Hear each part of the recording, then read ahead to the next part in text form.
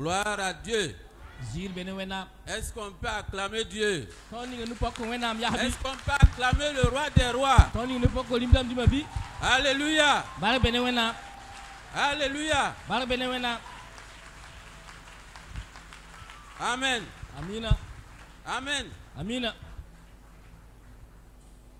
Et je crois que si c'est pour moi-même là, ça ne suffit pas. Si c'est pour moi-même là, ça ne suffit pas. Acclame le roi des rois. Acclame le roi des rois. Acclame le Seigneur des seigneurs. Amen. Amen. Amen. Et tu ne sais pas pourquoi, mais je vais te dire ça tout de suite. Dans Exode, ne lisez pas, je vais lire. Exode 34 à partir du verset 30. C'est après que quand Moïse est parti voir Dieu, il est descendu. Voici ce qui est dit. Aaron et tous les enfants d'Israël regardèrent Moïse. Et voici, la peau de Moïse, de son visage rayonnait. Il craignait de s'approcher de lui. Ça, ce sont les enfants de Dieu, face à face avec leurs frères, qui est parti voir Dieu face à face. Maintenant, ce Dieu-là est où? Ce Dieu-là est où? Ce Dieu-là est où? Ce Dieu-là est où? Ce Dieu-là est où? Acclame-le! Acclame-le! Acclame-le! Acclame-le! Amen. Ce Dieu-là, les enfants d'Israël même ne pouvaient pas regarder Moïse. Ça dit que Moïse lui-même il a vu Dieu. C'est même pas Dieu qu'ils ont vu d'abord. Jésus vient dire, moi et le Père, nous allons élire domicile chez toi. Alléluia. Alléluia. Alléluia. Nous allons élire domicile chez toi. Qui peut te regarder? Même Satan n'ose pas te regarder. Acclame-le, acclame-le, acclame-le, acclame-le. Amen. Amen. Amen. On peut s'asseoir. Ah, Dieu est bon. Moi, je suis fier d'être son enfant. Et je suis fier qu'il soit mon père. En tout cas, moi j'ai un père qui n'est jamais tombé malade. Il n'a jamais perdu de bataille. Et tous ses adversaires fléchissent les genoux devant lui. Alléluia. Moi je suis son fils. Tu es son fils. Tu es sa fille. Amen. Amen. Père de grâce, ce matin nous te disons merci. Tu nous as rassemblés ici pour nous parler. Parce que tu nous aimes. Tu es un Dieu bon. Nous sommes tous là, individuellement, avec nos attentes. Tu connais nos besoins. Que chacun soit satisfait dans ses besoins. Nous ne savons pas quoi dire. Mais que le Saint-Esprit, il saisisse et il transforme pour que ça soit digeste pour chacun. Merci Père. Amen. Amen. Gloire à Dieu. Je remercie le Seigneur pour cette grâce qui me donne de me tenir devant vous. C'est vraiment une grâce de Dieu. Et devant des gens aussi importants.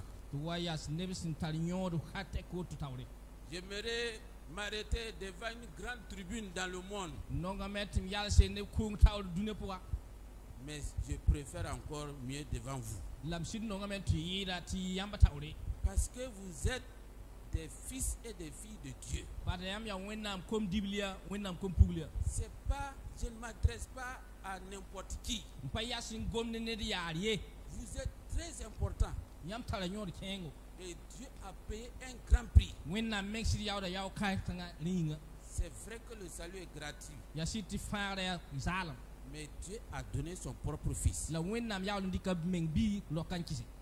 voyez le monde, quand il perd le pouvoir, femmes, enfants, tous partent. Mais Dieu a dit, c'est mon fils qui va payer le prix. Pour que toi et moi, nous soyons appelés enfants de Dieu. Donc vous êtes très importants. Vous tous qui êtes là, vous avez de la valeur. Et moi je suis heureux de me tenir devant vous. Gloire à Dieu. Nous allons continuer toujours dans le thème qu'on avait eu à traiter par le passé, à savoir que la foi est accompagnée des œuvres. Et que la foi sans les œuvres là, ça ne sert à rien. La foi ici, il s'agit du salut. On est sauvé. C'est vrai. Mais qu'est-ce qui prouve qu'on est sauvé? C'est pas tous les jours. Et les dimanches, on va à l'église, on est à la maison, on prie, souvent on dérange les autres. Est-ce que c'est ça? Jésus, lui, il va nous dire c'est pourquoi lui est venu. Et nous lisons dans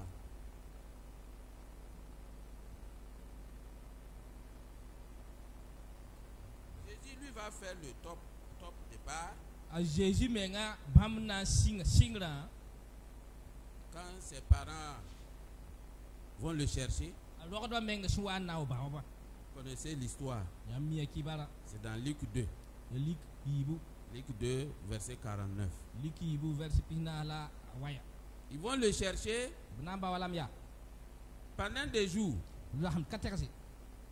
Et quand ils vont le trouver, il est assis et il enseigne, il parle, il conseille. Et sa mère biologique va s'inquiéter de lui.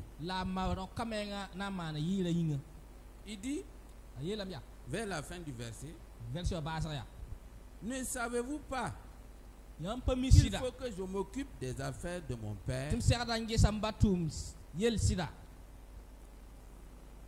Et le thème sur lequel nous allons partager ce matin, tu t'occupes des affaires de qui?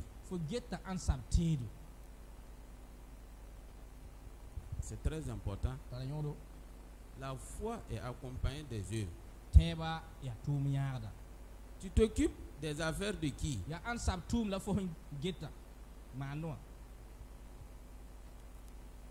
Les disciples, ils vont faire leur part.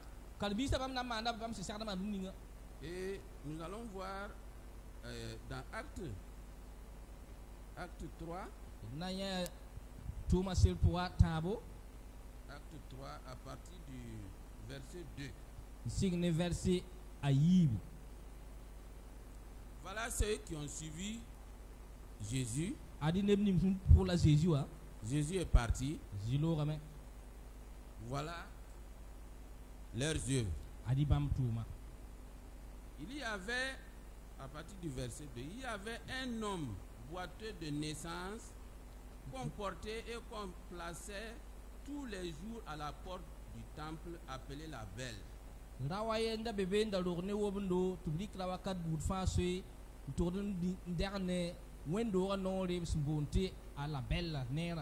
Pour qu'il demandait l'aumône à ceux qui entraient dans le temple.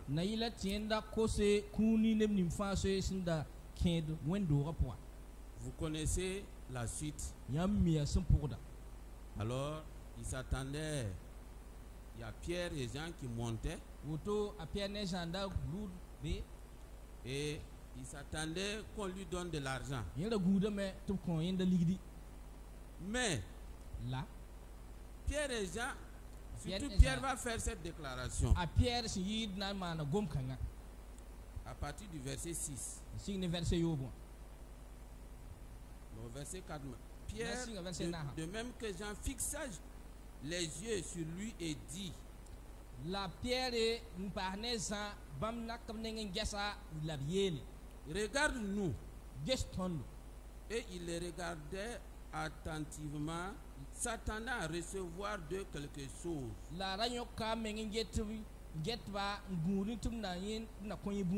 Alors Pierre lui dit, je n'ai ni argent ni or, mais ce que j'ai, je te le donne.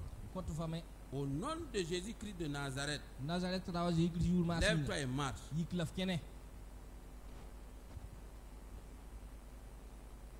Qu'est-ce qui va se passer? Alors, le prenant par la main droite, il le fit lever. Au même instant, ses pieds et ses chevilles devinrent fermes. D'un saut, il fut debout. Et il se mit à marcher. Il entra avec eux dans le temple, marchant, sautant et louant Dieu. Amen. Alors, donc, vous voyez, ce monsieur-là, c'est pas l'argent seulement il voulait. Hein. Voilà, il a ses deux pieds. Il est rentré dans le temple. Il saute et il loue Dieu. Voilà les bonnes œuvres que nous devons faire. Nous sommes sauvés. Il nous a sauvés. Le salut est là. On n'a plus peur de rien.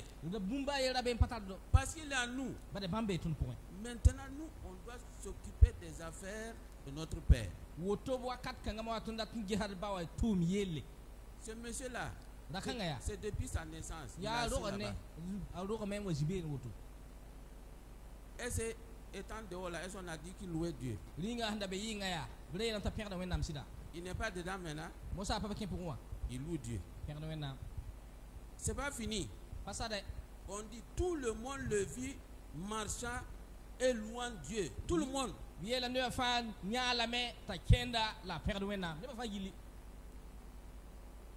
L'œuvre du Père là, c'est ce que nous devons faire. On n'a pas autre chose à faire. C'est ça, on va savoir qu'on est sauvé. Sinon, tous les jours, c'est avec les grosses Bibles, on chante et puis partout on dit Alléluia. Ça chante quoi? Bon, on va me dire non, bon, ça ce sont les disciples de Jésus, ils ont vu Jésus face à face, il a prié pour eux. Mais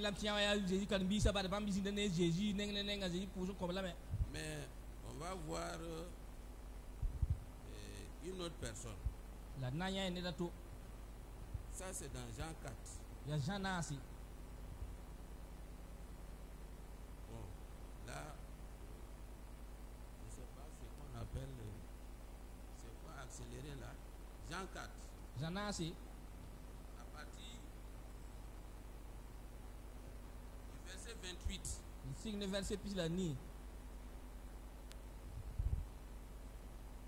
Il s'agit de la femme samaritaine. Elle ne connaît pas Jésus.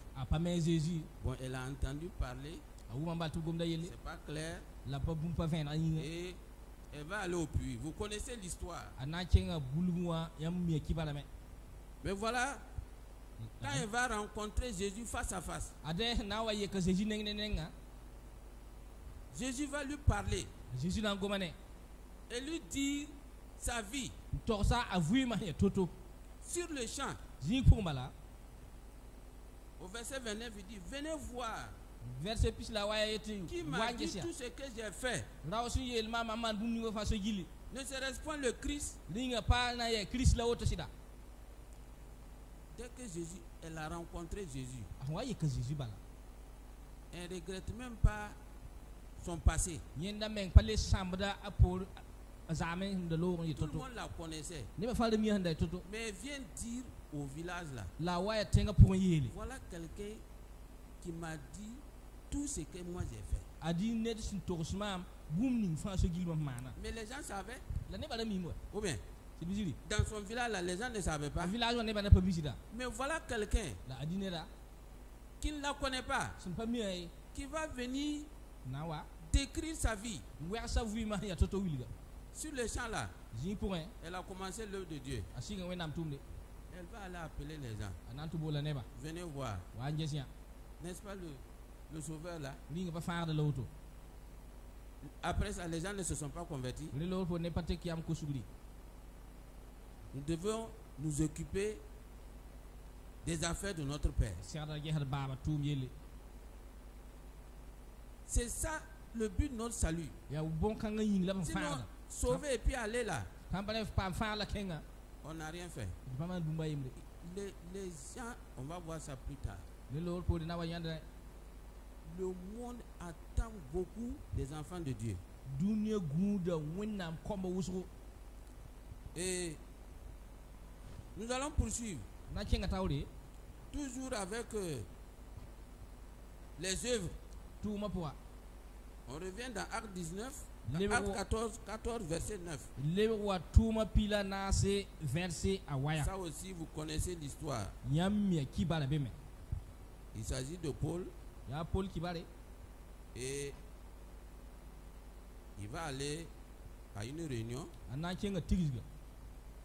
Et là-bas, il va voir quelqu'un aussi qui est malade. Il dit, à partir du verset 8 même, à Lystre se tenait assis un homme impotent des pieds, boiteux de naissance, et qui n'avait jamais marché. Il écoutait parler Paul, et Paul, fixant les regards sur lui, et voyant qu'il avait la foi pour être guéri, lui dit d'une voix forte, lève-toi droit sur tes pieds. Et il se leva d'un bond et marcha. Amen. Ça, c'est pas les bonnes œuvres que Jésus a préparées pour nous, afin que nous les pratiquions. C'est merveilleux. Tu deviens une solution. Des gens qui étaient assis, la situation, en tout cas humainement, c'est sans solution. On ne peut plus. C'est paralysé, la science ne peut pas. Jusqu'à maintenant, là, la science n'a pas cette capacité-là pour régler toi ton problème.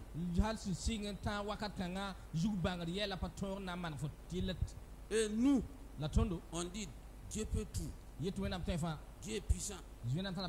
Dieu est tant. Et lui, sa situation ne change pas. Or, Dieu a préparé des bonnes œuvres pour que nous les pratiquons. Et quand nous faisons cela,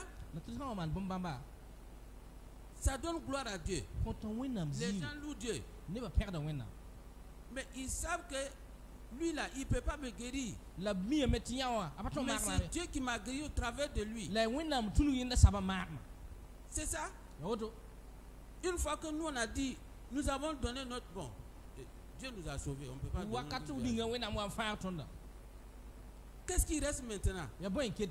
Il faut que nous démontrons les bonnes œuvres là. C'est pas, on ne va pas se regrouper entre nous. Elle a dit, c'est pas ça. Si c'est entre nous là, les gens du monde aussi le font. Et souvent même ils le font mieux que nous-mêmes. Jésus, quand il était sur la terre là, est-ce qu'il a dit, bon, est-ce que toi tu es avec moi? Non. Au contraire, il venait vers ceux qui étaient chargés, fatigués. C'est eux. Ils souffrent déjà. Mais ils cherchent une solution. Jésus n'a pas dit, non, bon, toi, il ne faut pas. Même s'il a dit à la femme qui avait son fils qui est mort, et puis la femme a insisté. Jésus l'a ressuscité. Nous ne sommes pas là pour nous-mêmes. Un chrétien, tu es là pour tout le monde.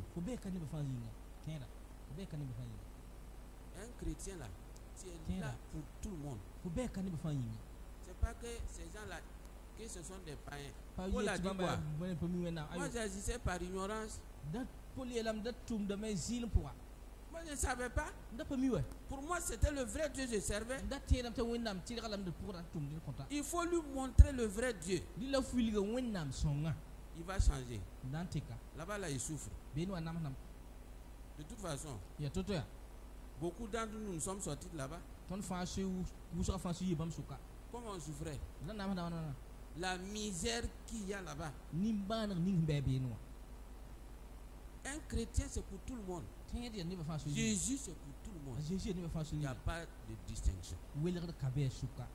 Tous nous sommes des candidats pour le salut. C'est pas que lui il est méchant. Bon, lui il n'est pas de notre. S'il est chez vous, tu vas le sauver comment? Si ce n'est pas un rétrograde. Un chrétien c'est pour tout le monde. Tous, tout le monde. Une fois que tu es sauvé là, Jésus là, tu dois le donner à tout le monde. Et de plusieurs manières. Et c'est dans ça, quand les gens vont voir dire, lui là, il est différent de nous. Nous on va suivre son Dieu. Ou bien, mais si c'est entre nous, on partage le repas là entre nous. Nous mangeons entre nous. Ces gens-là, ils sont mauvais. C'est pas ce que Jésus a dit. Les bonnes œuvres là, il n'a pas dit c'est entre nous. Ailleurs là, ils font ça, mais nous, c'est pas ce que nous on doit faire. Et nous poursuivons toujours sur les bonnes œuvres.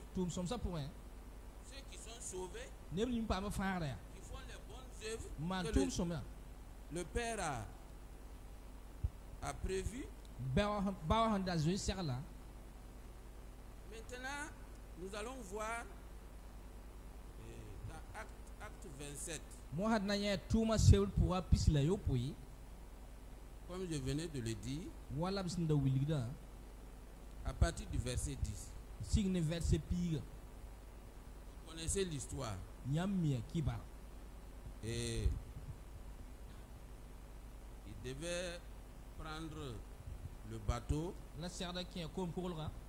avec Paul comme prisonnier. Ça c'est pas grave. Tu es prisonnier ou tu es enfant de Dieu. Alors, donc, à partir du verset 10, Paul va les avertir. Il dit, c'est vrai, on va faire le voyage. Mais moi je vois que le voyage là, ça ne sera pas bon. Bon, et le patron du bateau avec le pilote là, il a vu. Ils vont dire, bon, toi d'abord tu es un prisonnier, tu ne connais rien en matière de navigation.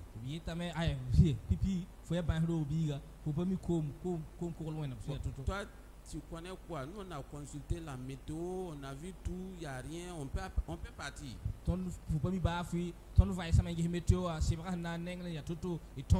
Et en plus, ils vont faire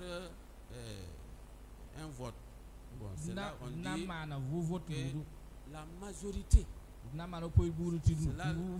la démocratie là. La majorité a décidé. On n'a qu'à partir. Bon, où est la démocratie? Bon, tu es minoritaire. Toi, ta décision là ne peut pas. Nous avons tous décidé là. On va partir. Ils n'ont pas vu ce que Paul a vu. Ils se sont appuyés sur leurs expériences. Voilà, ça fait des années. Bon, nous, on fait des va-et-vient. Donc, on peut aller sans problème. Surtout que le pilote, il est expérimenté. Ils vont prendre la route. Et ça va être le départ même est bon. Voilà. On a dit, la majorité a dit oui, on va pas. Vous n'avez pas vu que c'est comme ça, c'est ce qu'on a décidé. Et ok. Paul a dit, il ne parle plus. Toi, tu as dit une fois, c'est bon. Et nous allons voir ici les bonnes œuvres là. C'est les choses même de la société. Les bonnes œuvres là. Les enfants de Dieu. Nous, on va avertir les gens. Écoutez, ce que vous êtes en train de faire là, c'est pas bon. C'est ça les bonnes œuvres. Les gens du monde, ils ne connaissent pas. Ils ne savent pas. Eux, c'est chaque année on fait, on reprend et puis c'est tout. Mais toi, tu as la responsabilité de les avertir. La décision que vous allez prendre là, c'est pas bon. Il ne faut pas avoir peur. Même s'ils sont majoritaires, c'est pas un problème. Fais l'œuvre de ton Père. Vous allez voir par la suite, les choses vont se gâter. Un vent que la météo n'a pas prévu. Et un vent très dangereux. Ça va souffler. Bon, la majorité va commencer à se fissurer. Certainement vont dire, bon, c'est que le monsieur l'avait dit là. C'est vrai, hein? Tu as voté avec nous. En tout cas, ils ont été maintenant confrontés à leur décision. Ils sont là. Bon, le pilote va dire non, bon, nous on a déjà rencontré ces genres de vent. Peut-être dans une heure, ça va passer. Ça fait combien de jours? 14 jours. Les gars, ils ont dit qu'ils ne voyaient même plus le soleil. Pendant 14 jours là, ils n'ont même pas mangé. Ça, je ne sais pas c'est quel jeune. 14 jours. Et ce qu'ils avaient, leurs marchandises qui partaient pour vendre, ils ont tout abandonné. Si vous regardez cette situation-là, elle ressemble à ce qu'on vit maintenant. Peut-être ceux qui sont à Ouagadougou ne le connaissent pas. Il y a des gens, ça fait 8 ans. Tu ne peux plus aller comme tu veux. Tu ne sais plus sur quoi tu marches. 14 jours. Le vent l'a tapé. Ils ont dit bon, on n'a qu'à se débarrasser de ce compte.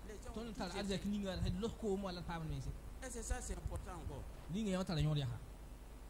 On n'a qu'à voir la vie sauve. En temps même, ils ont perdu tout espoir. Bon,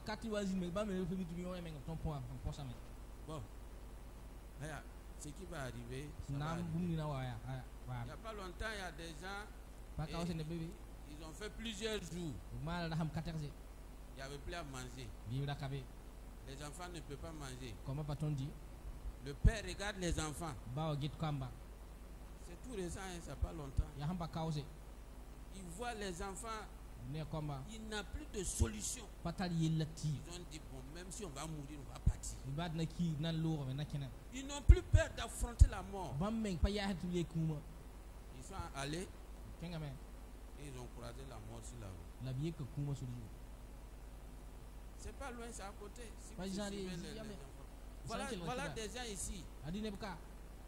Ça permet que si les gens vous écoutent, qu'on évite certains dangers. Et c'est les bonnes choses que le Père a préparées pour nous là. C'est très important. Parce que c'est les choses de la vie. C'est les choses de la vie. Quand Jésus est venu là, il a fait quoi? Il a donné à manger. Ressusciter les morts. Guérir les malades.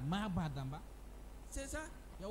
Si les deux, tu arrives à manger, tu sais que tu peux être guéri. Tu n'as plus peur de la mort là. Qu'est-ce qu'il reste? Qu'est-ce qu'il reste? Ils n'ont pas écouté. Ils sont partis. Maintenant, ils sont en danger. Et puis le danger là, ça s'est manifesté à un endroit où on ne peut plus faire marche arrière. C'est-à-dire, on ne peut pas s'échapper à pied. Tu sors, c'est dans l'eau. Tu es dedans, tu ne sais pas à quel moment tu vas mourir. Voilà la situation où, par endroit, c'est que nous vivons. Et maintenant, à l'intérieur là, Jésus va et Paul va les rassurer.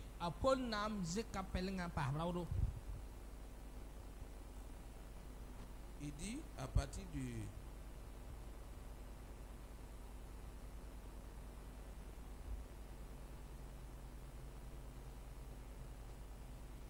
du verset 21.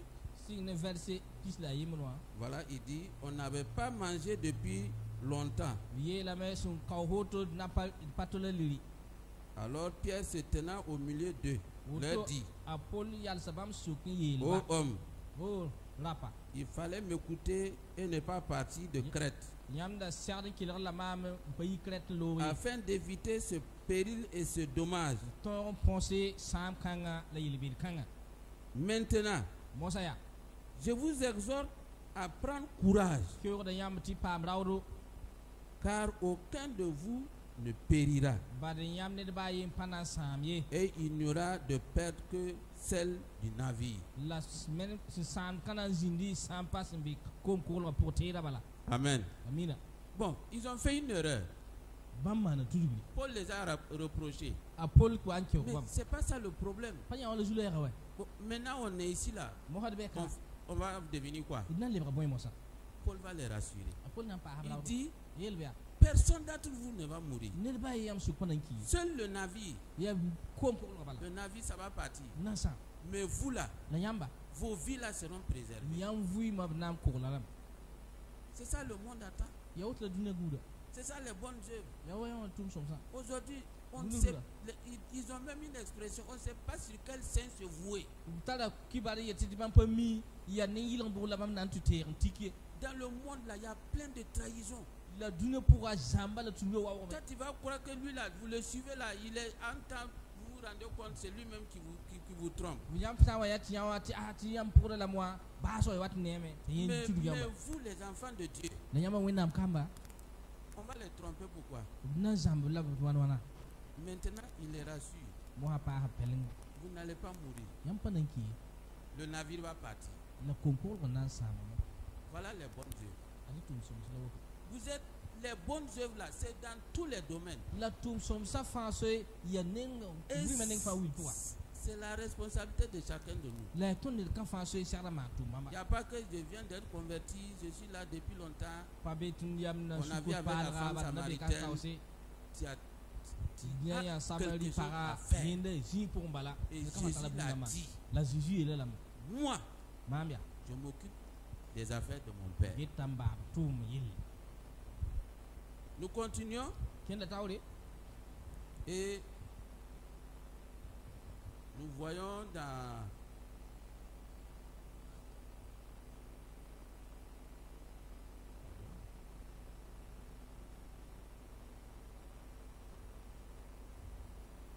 nous regardons dans Genèse 39. Vous voyez avec à partir du verset 4, verset 4 à 5.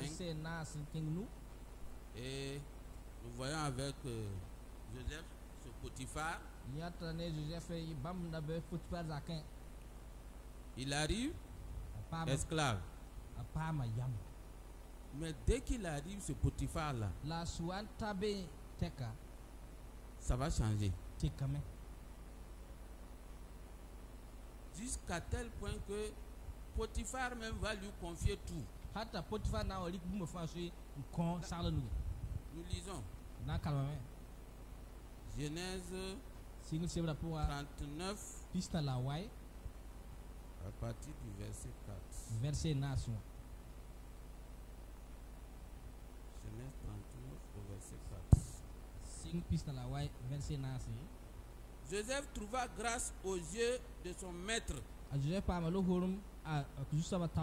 l'employa à son service, l'établit sur sa maison et lui confia tout ce qu'il possédait. Dès que Potiphar lui établit sur sa maison et sur tout ce qu'il possédait, l'Éternel bénit la maison de l'Égyptien à cause de Joseph.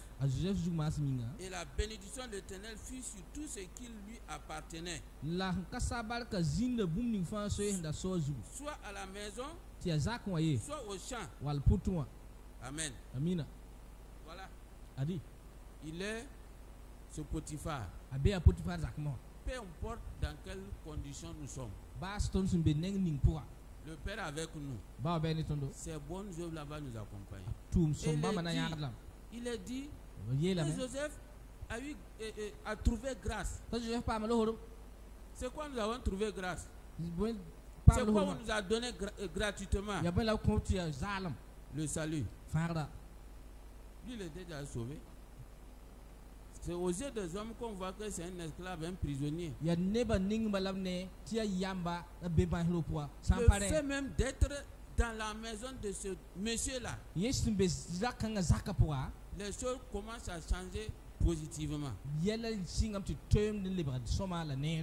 C'est les bonnes œuvres que le Seigneur a prévues que nous allons nous réaliser. Maintenant, nous allons revenir à nous-mêmes. Qu'est-ce que nous faisons? Nous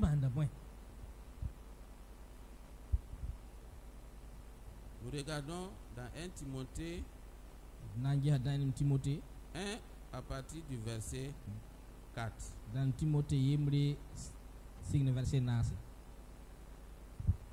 Ça va nous décrire un peu. Et chacun peut se retrouver. 1 Timothée 1 verset 4. Bon, à partir du verset 3 même. Je te rappelle l'exhortation que je t'ai faite, je te fis à mon départ pour la Macédoine, lorsque je t'engageais à rester à Éphèse afin de recommander à certaines personnes de ne pas enseigner d'autres doctrines, de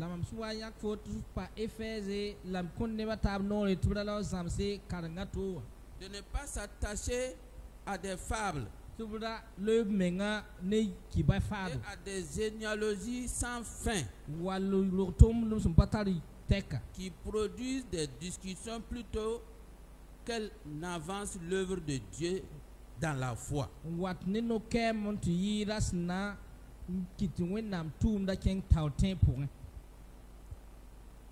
Voilà, et c'est que Paul attire l'attention de Timothée.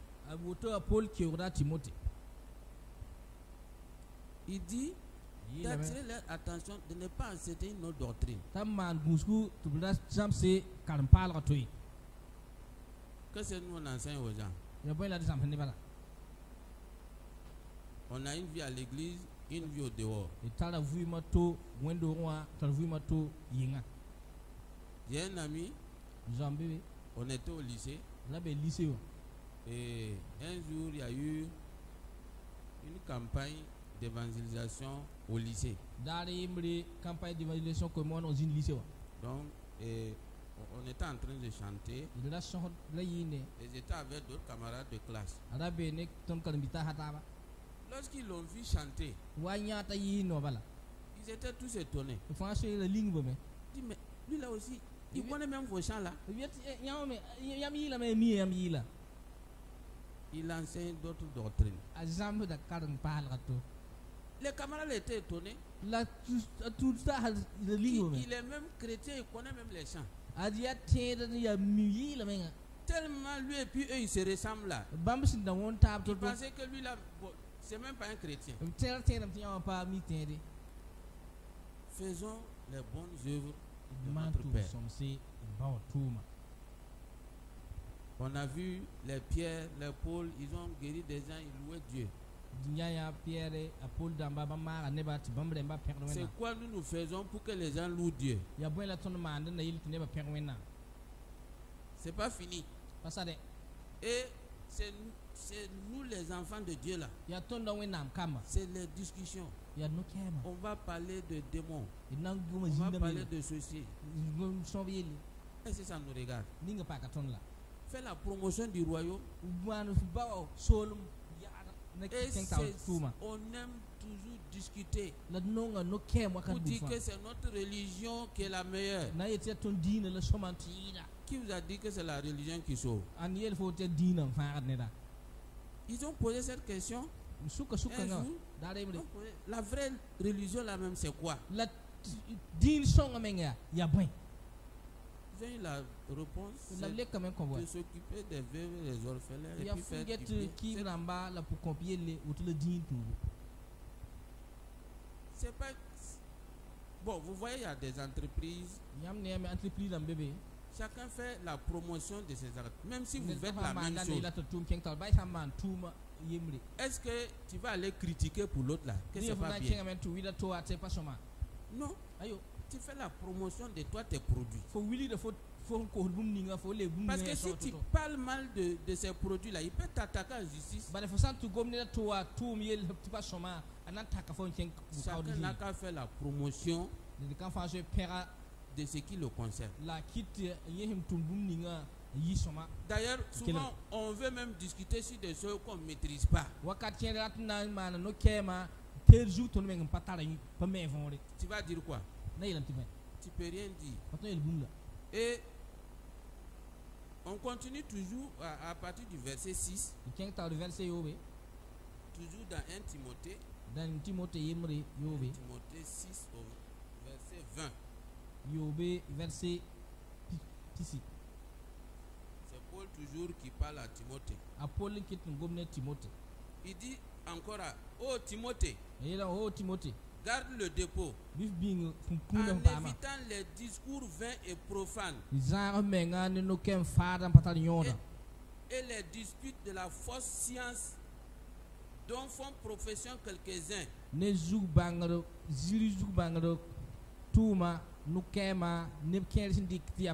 qui se sont ainsi détournés de la foi. Voilà. Il dit laissez ça. Les discussions là. Ça c'est pas pour nous. Ça c'est pas pour les enfants de Dieu.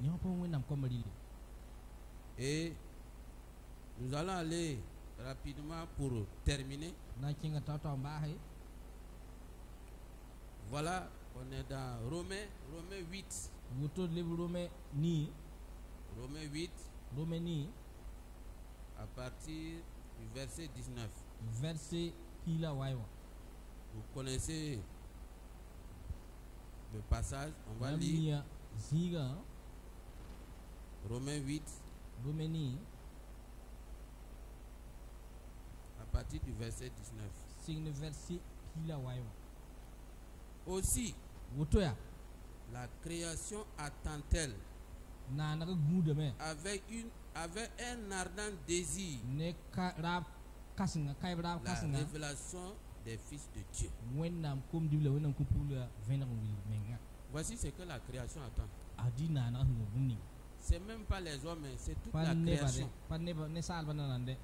Ils attendent la révélation des fils de Dieu et qui vont faire les œuvres de leur Père. Le monde cherche. Ils cherchent. C'est pas de leur faute si une année il y a un guérisseur là. Bon, vous connaissez, il est sur la route de Zorgo là. Et quand il a apparu, beaucoup de gens sont partis là-bas. Et il y a même des chrétiens qui sont allés. Et un jour, ils ont demandé, ils ont posé la question à un pasteur. Mais pourquoi les gens vont là-bas? Il dit, mais ils vont là-bas parce qu'ils cherchent la solution. Peu importe ce qu'il est, c'est la solution qu'ils veulent. Oh, Dieu nous a donné la solution. Et c'est ça la création. La création, c'est-à-dire même les arbres là, les animaux même, ils attendent, c'est-à-dire, je ne sais pas comment, ils attendent la révélation des fils de Dieu. Un matin, on partait au travail et j'écoutais un message, c'était sur RD. Et il y a un monsieur qui a donné son témoignage en Europe. Il dit, le jour que lui s'est converti, que même ces animaux ont su que Jésus est rentré dans sa vie. Dans la maison là, c'était la violence. Tout. Et le jour que lui il a reçu Jésus, même ces animaux ont rendu grâce à Dieu.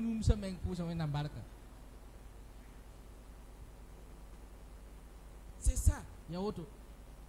Et c'est ce que le monde attend. Il ne savent plus où aller. Il ne sait plus sur qui s'appuyer. Et Dieu nous a donné des bonnes œuvres pour que nous les pratiquons. On va les avertir. Ce n'est pas les condamner. Ce n'est pas leur faute. On doit les éclairer. Jésus a dit, nous sommes la lumière et le sel. Amen. Que chacun s'occupe des affaires de son père.